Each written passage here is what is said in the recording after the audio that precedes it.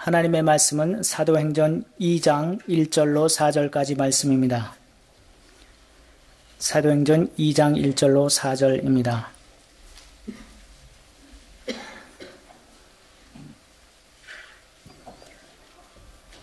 오순절 날이 이미 이름에 저희가 다 같이 한 곳에 모였더니 호련히 하늘로부터 급하고 강한 바람소리가 있어 저희 앉은 온 집에 가득하며 불의 혀같이 갈라지는 것이 저희에게 보여 각 사람 위에 임하여 있더니 저희가 다 성령의 충만함을 받고 성령이 말하게 하심을 따라 다른 방언으로 말하기를 시작하니라. 아멘. 제 막내 누님으로부터 성북구 기름동에서 사역하고 있는 한 맹인 목사님에 대한 감동적인 이야기를 듣고 제가 그분을 직접 찾아 나선 것은 1980년 7월의 일이었습니다. 기름동 낡은 빌딩 2층 반평도 채 되지 않는 곳이 바로 그분의 사무실이었습니다. 분명히 한낮이었음에도 불구하고 전기불을 켜지 않은 그 방은 캄캄하기만 했습니다. 왜 이렇게 사무실을 어둡게 하고 있을까? 처음에는 의아스러웠지만 그 의문은 이내 해소되었습니다.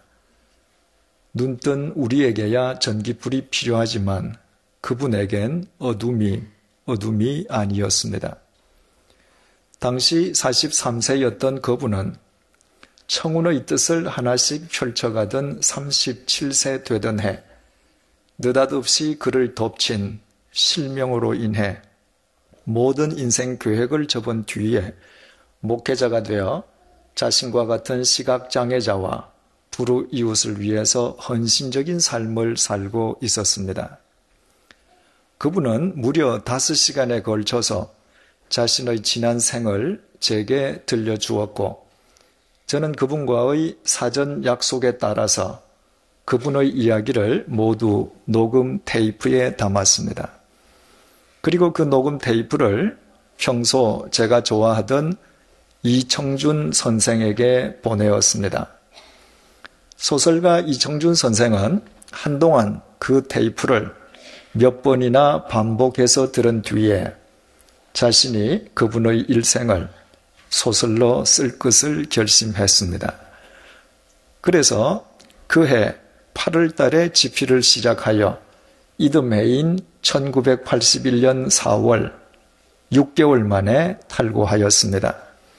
그리고 그 원고는 같은 해 7월 달에 나전대로 임하소서란 제목의 장편 소설로 출간되어 맹인 목사님 안조한 목사님의 감동적인 삶이 온 세상에 비로소 알려지게 되었습니다.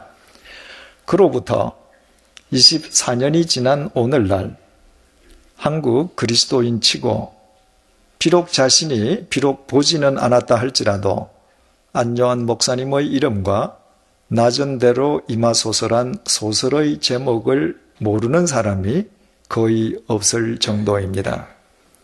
그러나 그 많은 사람들 가운데에 왜 작가 이청준 선생이 자신이 쓴 소설의 제목을 나전대로 임하소서라고 지었는지 구체적인 이유를 알고 있는 사람은 거의 없습니다.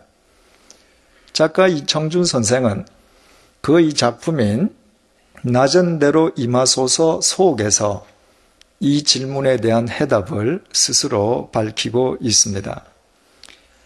37세 때에 완전 실명하여 사랑하는 가족들로부터도 버림받은 뒤에 심한 절망감과 좌절감에 빠진 안요한은 자살을 기도했지만 실패하고 맙니다.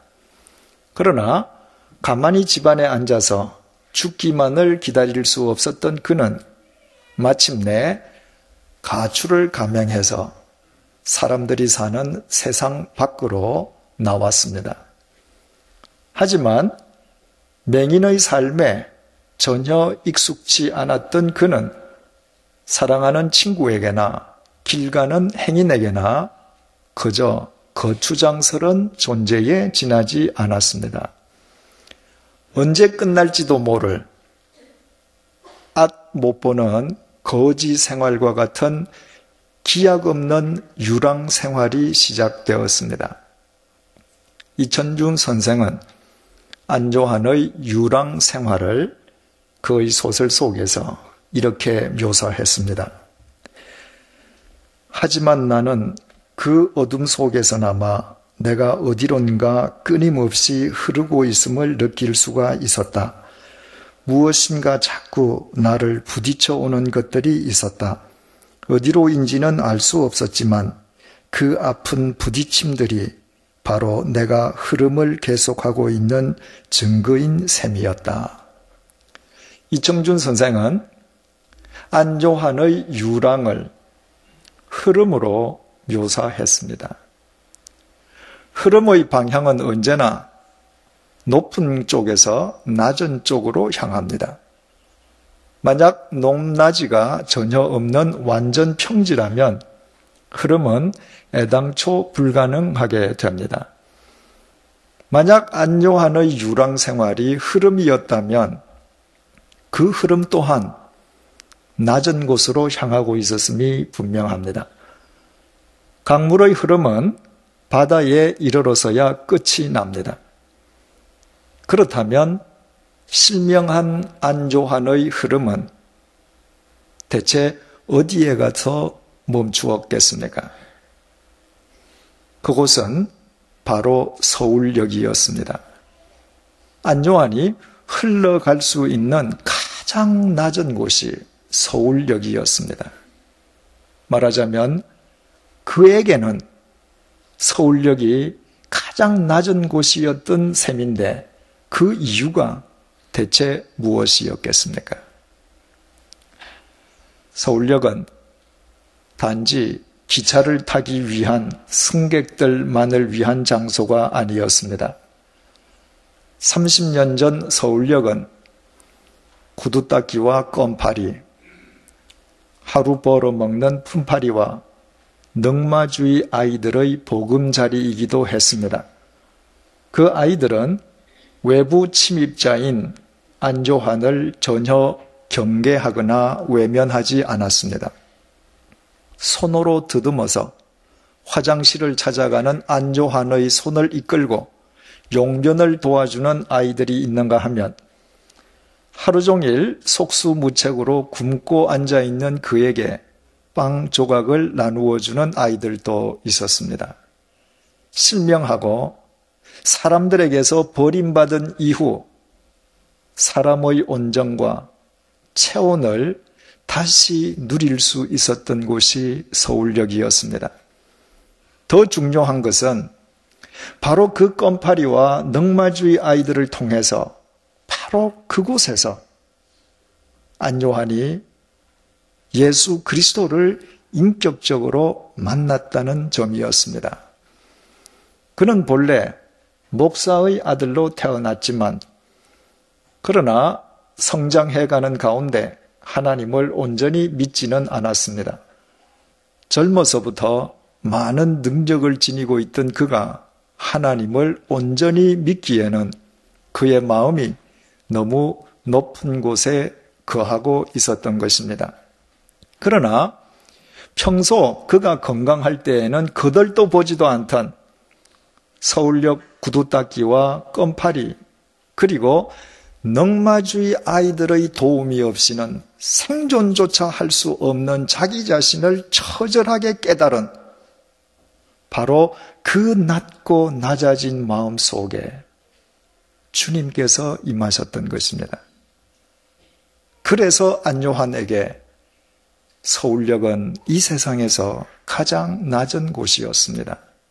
서울역의 위치가 낮아서가 아니라 서울역에 이르기까지 낮아질 대로 낮아져 가던 그의 마음은 마침내 서울역에 이르렀을 때에는 지구상에서 가장 낮은 곳으로 알려진 사해보다 더 낮아져 있었습니다.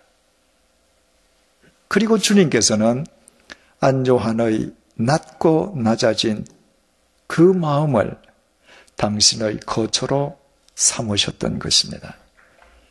이것이 이청준 선생이 그의 소설 제목을 낮은 대로 임하소서라고 정한 이유였습니다. 25년 전에 안요한 목사님이 5시간에 걸쳐 자신의 이야기를 제게 들려주실 때 그분은 단순히 자신이 겪었던 사건을 순서대로 제게 이야기해 주었을 뿐입니다. 그러나 똑같은 내용의 녹음 테이프를 듣고 그가 서울역에 이른 것을 흘러간 것으로 그에게 있어서 서울역이 가장 낮은 곳인 것으로 해석해주고 낮고 낮아진 인간의 마음 속에만 예수 그리스도께서 임하신다는 의미로 소설 제목을 낮은 대로 임하소서라고 정한 사람은 이청준 선생이었습니다. 그것은 참으로 탁월한 통찰력인 동시에 곧 성경의 핵심이기도 했습니다. 그 책이 수없이 많은 사람들의 심령을 뒤흔든 것은 단순히 그것이 위대한 작가의 작품이어서가 아니라 그 책이 이렇듯 복음의 진수를 바르게 해석하고 담고 있기 때문이었습니다. 모세는 태어난 이후 40년 동안 이집트 왕자의 신분으로 이집트 왕궁에서 살았습니다. 이집트 왕궁은 평지에 있었습니다. 그러나 그 낮은 평지에서 모세는 하나님을 만나지 못했습니다. 모세가 하나님을 만난 것은 그의 나이 80세가 되었을 때 시내산에서였습니다. 시내산은 이집트 왕궁에 비해 훨씬 높은 곳이었습니다. 그 높은 곳에서 모세가 하나님을 만날 수 있었던 것은 이집트 왕궁을 떠나 초라한 80 노인에 지나지 않던 그때 모세의 마음이 이 세상 어느 곳보다도 더 낮은 곳에 처해 있었기 때문입니다. 세례 요한은 예수님의 길을 예비한 선지자로 잘 알려져 있습니다. 그 세례 요한과 관련해서 누가복음 3장 1절에서 2절이 중요한 사실을 증언해주고 있습니다. 디베rio 가이사가 위에 있은 지 15해 곧 본디오 빌라도가 유대의 총독으로 헤롯이 갈릴리의 분봉왕으로 그 동생 빌립이 이두레와 드라고니 지방의 분봉왕으로 루사니아가 아빌레네의 분봉왕으로 안나스와 가야바가 대제사장으로 있을 때에 하나님의 말씀이 비인들에서 사가랴의 아들 요한에게 임한지라. 누가가 언급한 이상 8명 가운데에서 세례 요한을 제외한 나머지 7명은 로마 황제, 유대 총독, 분봉왕, 대제사장들로 당대 최고의 지도층에 속한 인물들이었습니다. 그러나 천지를 창조하신 하나님의 말씀은 그들과는 전혀 동떨어진 비인들의 세례 요한에게 임하셨습니다. 비인들에 거하고 있던 세례 요한의 마음이 나머지 7사람이 감히 흉내조차 낼 수 없을 만큼 낮고도 낮았기 때문입니다. 로마 제국의 초대 황제였던 아우구스투스가 제국 내에 있는 모든 사람들에게 호적 등록할 것을 명했을 때의 일입니다. 나사렛에서 살고 있던 요셉 역시 호적 등록을 하기 위해서 자신의 본적지인 베들레헴을 찾았습니다. 당시의 상황을 전해주는 누가복음 2장 4절에서 7절 말씀을 표준 세 번역으로 읽어드리겠습니다. 요셉은 다윗 가문의 자손이므로 갈릴리의 나사렛 동네에서 유대에 있는 베들레헴이라 하는 다윗의 동네로 자기의 약혼자인 마리아와 함께 등록하러 올라갔다. 그때의 마리아는 임신 중이었는데 그들이 거기에 머물러 있는 동안에 마리아가 해산날이 되었다. 마리아가 첫 아들을 낳아 포대기에 싸서 구유에 눕혔다. 여관에는 그들이 들어갈 방이 없었기 때문이다. 요셉이 베들레헴에 도착한 날은 마침 모든 여관이 만원이었습니다. 달리 방도가 없었던 요셉은 짐승의 외양간을 숙소로 삼았습니다. 2000년 전 유대인들은 바위 속에 뚫린 자연 동굴을 짐승의 외양간으로 사용하곤 했습니다. 그러나 외양간이란 짐승 우리로 사람이 기거할 곳은 전혀 아니었습니다.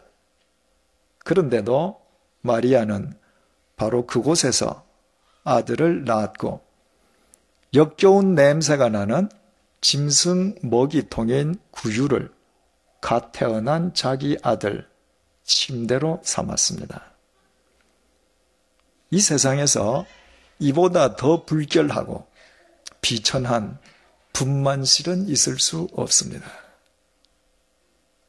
그 더러운 곳에서 태어난 아기가 우리를 구원하시기 위해 이 땅에 오신 예수님이심을 우리는 잘 알고 있습니다.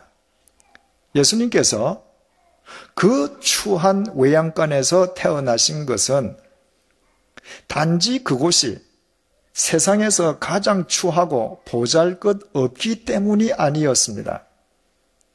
만약 주님께서 그런 이유만을 따지셨다면 외양간보다 훨씬 더 더럽고 더 보잘것없는 쓰레기장을 당신의 출생지로 삼으셨을런지도 모르겠습니다. 예수님께서 그 비천한 짐승 외양간에서 태어나신 것은 주님을 위해서라면 그런 곳마저도 마다하지 않는 마리아와 요셉의 낮고 낮은 마음이 바로 거기에 있었기 때문입니다. 예수님께서 태어나신 소식을 듣고 인류 최초로 막 태어난 예수님을 찾아가서 경배드리는 영광을 안았던 사람들은 베들레헴의 목자들이었습니다. 천사들이 그들에게 나타나서 예수 탄생 소식과 태어나신 곳을 일러주었기 때문입니다. 왜 천사들은 베들레헴의 많은 사람들을 제쳐놓고 유독 그 보잘것없는 목동들을 찾아가서 예수 탄생의 기쁜 소식을 전해 주었겠습니까?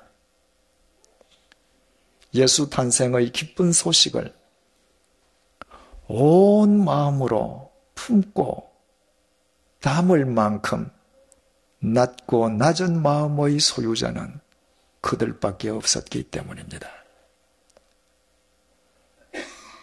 오늘 본문은 인간을 구원하시기 위해 이 땅에 오신 예수님의 죽음과 부활 및 승천의 결과로 이루어진 성령 강림에 대해서 증언해주고 있습니다.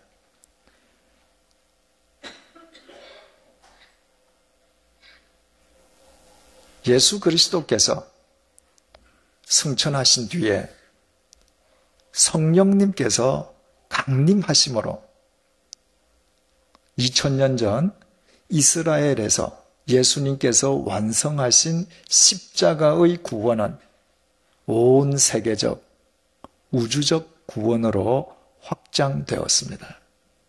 이를테면 성령 강림은 예수 그리스도를 통해 인간을 구원하시려는 하나님의 구속 사업의 완결편이었습니다. 성령님께서 강림하시지 않으셨던들 2000년 전에 이 땅을 거쳐가셨던 예수님과 우리 사이에는 아무런 관련이 없을 것입니다. 2000년 전에 예수님께서 이스라엘에서 이루신 그 십자가의 구원을 2000년이 지난 오늘 우리가 현재형으로 체험할 수 있는 것은 이 땅에 강림하신 성령님으로 인함이었습니다. 따라서 성령 강림이야말로 주님을 믿는 그리스도인에게 더없이 중요한 하나님의 은총의 사건이었습니다. 그 중요한 성령 강림을 증언해주는 오늘의 본문 1절이 이렇게 시작되고 있습니다. 오순절 날이 이미 이름에 저희가 다 같이 한 곳에 모였더니 주님의 영이신 성령님께서 강림하신 날은 바로 오순절이었습니다. 오순절이란 이스라엘 백성들이 이집트의 노예 생활에서 해방된 것을 기념하는 6월절 후 첫 안식일 다음 날로부터 50일째 되는 날이라는 의미로 붙여진 명칭이었습니다.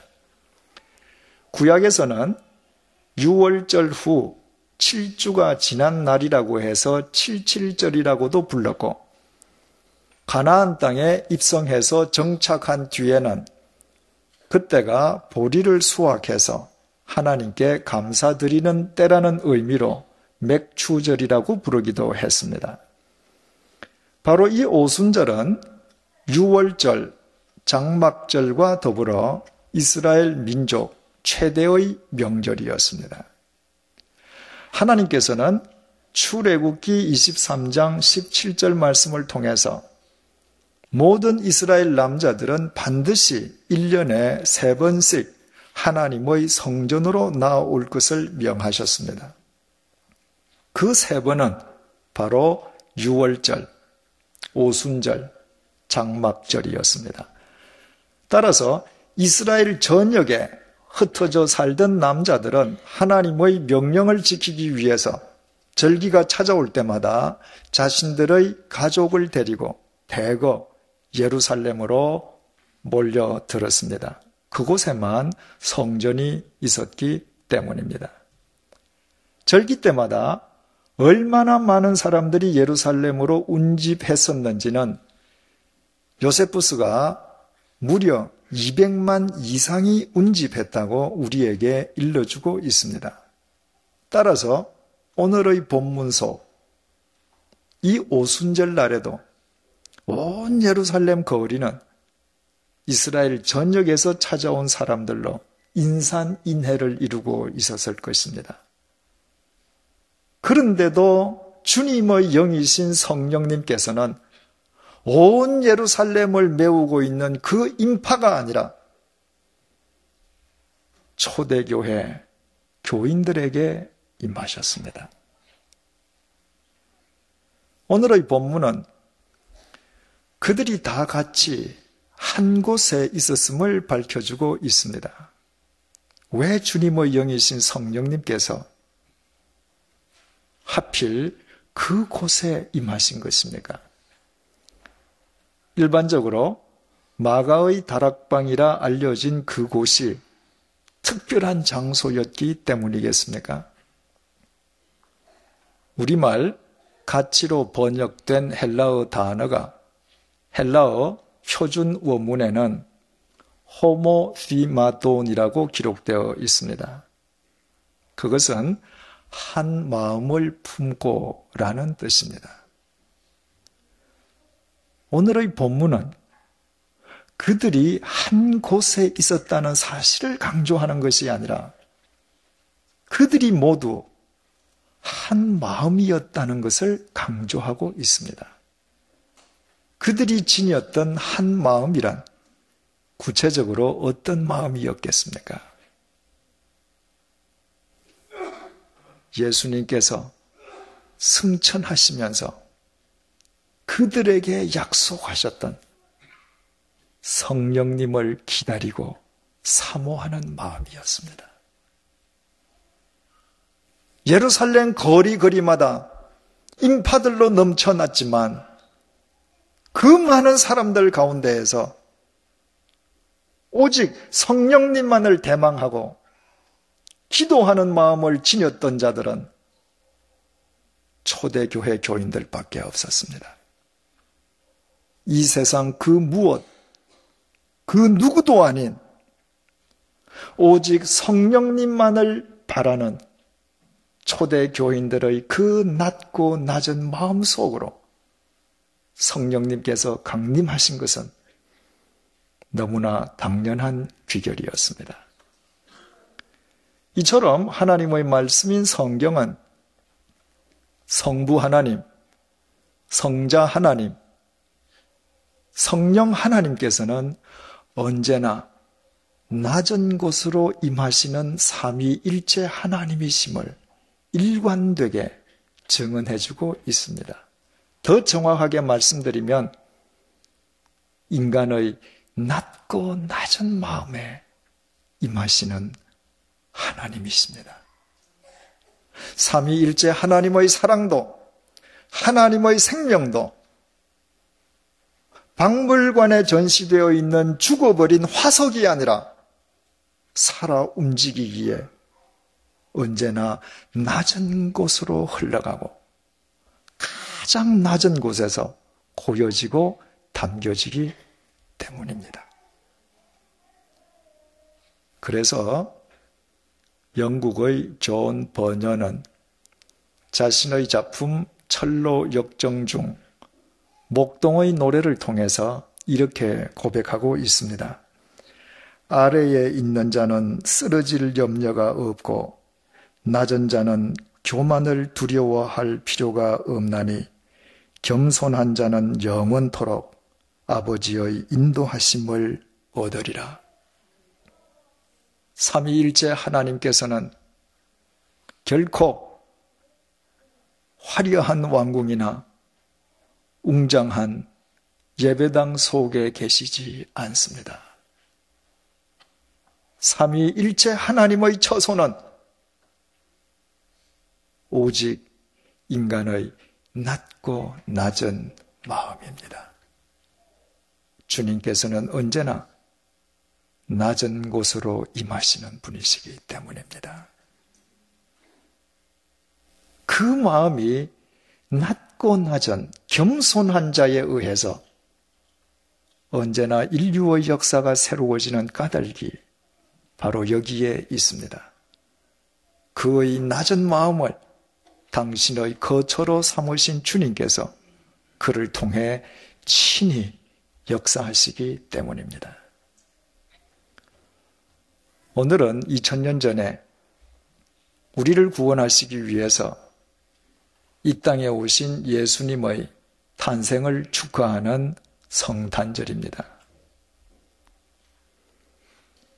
예수님께서는 결코 높은 곳으로 임하시지 않았습니다.